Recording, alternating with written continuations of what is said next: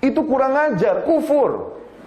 Rasul berkata kullu bid'ah, semua bid'ah sesat. Orang yang mengatakan bid'ah hasanah, ini ujung-ujungnya orang yang mau membenarkan tindakan-tindakan bid'ah yang dia lakukan dengan dalih bid'ah hasanah. Padahal demi Allah, pernah nggak Rasul bilang bid'ah hasanah gitu? Pernah nggak? Tidak mungkin ada bid'ah hasanah. Bid'ah itu sesat, hasanah itu baik. Kira-kira sesat yang baik kayak apa, Mas? Kira-kira kalau ada ustadz yang berceramah, hadirin sekalian, malam hari ini kita akan sampaikan tema bid'ah hasanah, yaitu sesat tapi baik.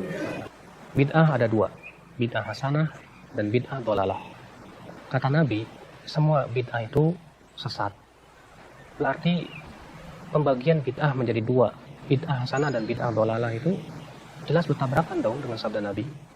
Memang agama sudah sempurna, cuma otak kamu yang belum sempurna.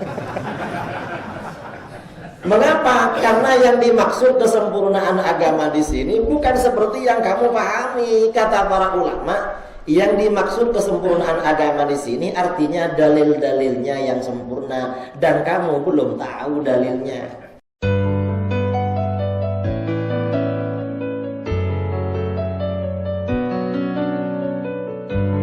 Kita mengatakan bid'ah hasanah itu ada. Di dalam Al-Quran memang ada isyarat terhadap bid'ah hasanah.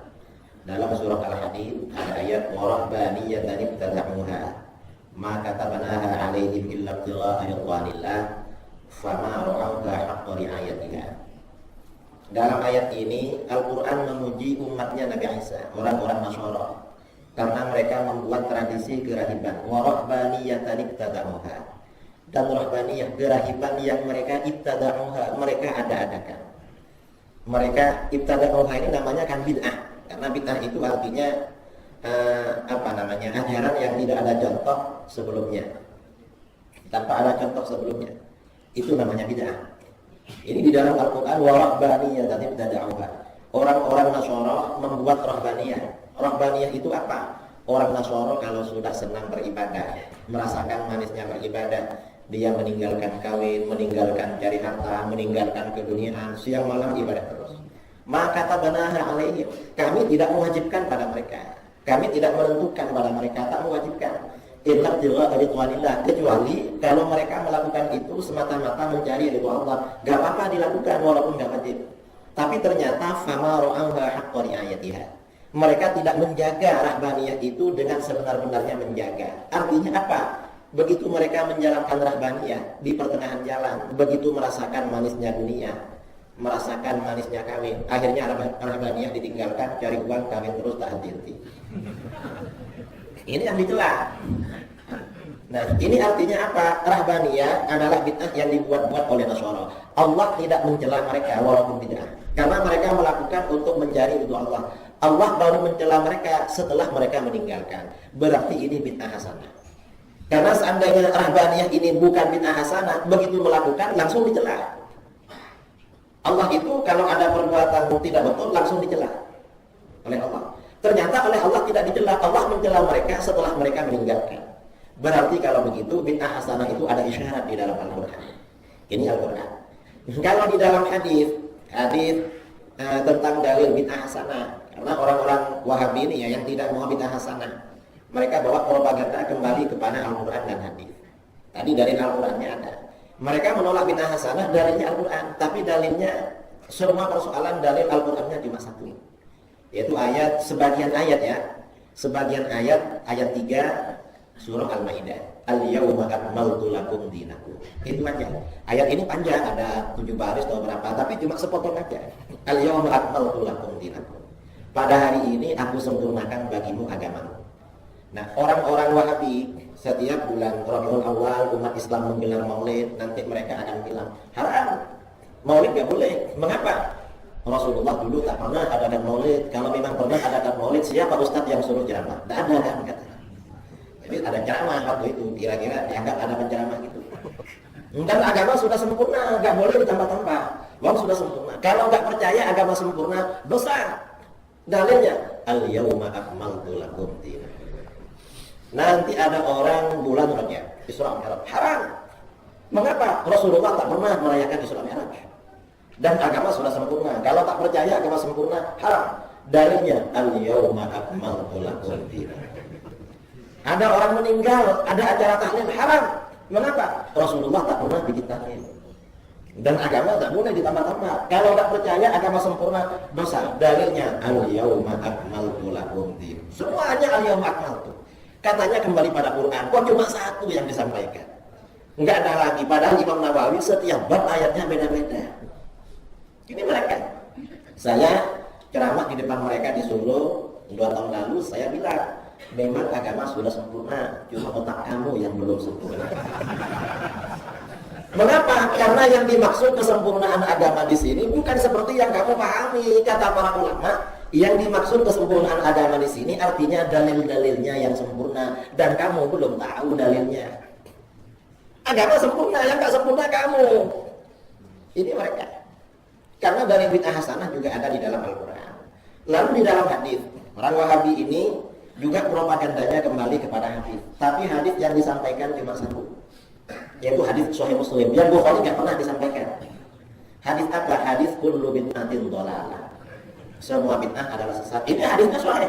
Nanti ada orang zikir keras setelah sholat, haram. Mengapa? Itu dilarang oleh Rasulullah. Dalilnya kullu bid'atin dhalalah. Nanti ada orang tahlil, haram. Mengapa? Dilarang oleh Rasulullah. Dalilnya kullu bid'atin dhalalah.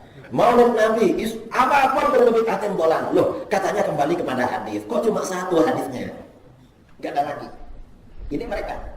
Kalau para ulama Ahlus Sunnah wal Jamaah, hadis kullu bid'atin dhalalah itu juga digunakan. Tetapi kata Imam Nawawi yang mengarang kitab Riyadhus Shalihin ini punya kitab namanya Syarah Sahih Muslim. Ketika menyampaikan hadis kullu bid'atin dhalalah, kata beliau, qauluhu sallallahu alaihi wasallam kullu bid'atin dhalalah hadza 'amun makhsus. Sabda Nabi, semua bid'ah itu sesat, ini adalah kalimat yang umum, tetapi jangkauan hukumnya dibatasi. Tidak diberlakukan secara umum. Wal muradu bihal ghalibul bid'ah. Yang dimaksud dengan sesat itu kebanyakan bid'ah itu sesat, tetapi ada bid'ah yang tidak sesat. Jadi kebanyakan bid'ah itu yang banyak yang sesat. Ada yang tidak sesat. Nah, yang kita lakukan itu tidak sesat. Kita itu sering mendengar, saya anggap ini guyonan ya, dari teman-teman Ustadz Salafi Wahabi itu perkara bid'ah ya, terutama berkenaan dengan bid'ah hasanah, bid'ah tapi baik. Ini ada yang beranggapan tidak nyambung ya, bid'ah tapi baik. Kalau kita merujuk kepada apa yang menjadi definisi bid'ah itu kan sesuatu yang tidak pernah dikerjakan oleh baginda Rasul, itu termasuk ya bid'ah dan ketolak. Ini yang kemudian bid'ah ini menjadi suatu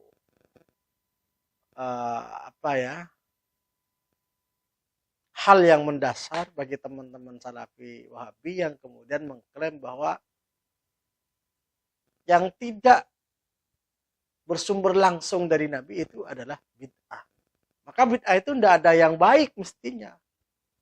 Karena bid'ah hasanah itu terjadi ta'arud ya, versi mereka. Terjadi saling bertentangan ya.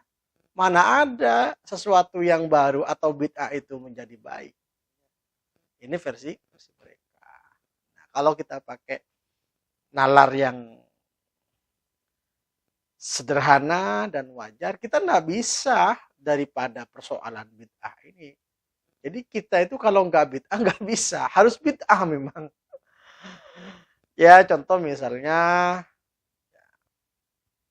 kita Al-Quran misalnya, Al-Quran yang kita baca sekarang itu di zaman Nabi kan tidak ada itu mushaful Quran itu, yang karena di zaman Nabi ya langsung tanya kepada baginda Rasulullah Shallallahu Alaihi Wasallam. Itu jelas itu. Tapi teman-teman Salafi Wahabi tetap bukan persoalan itu, tetap sesuatu yang baru itu adalah bid'ah, dan bid'ah itu tidak baik, intinya begitu. Tapi di sini ada ungkapan menarik ya. Contoh misalnya ketika diklaim bahwa takziah, kemudian duduk-duduk ya. Ketika ada orang meninggal, mendatangi orang yang meninggal, kemudian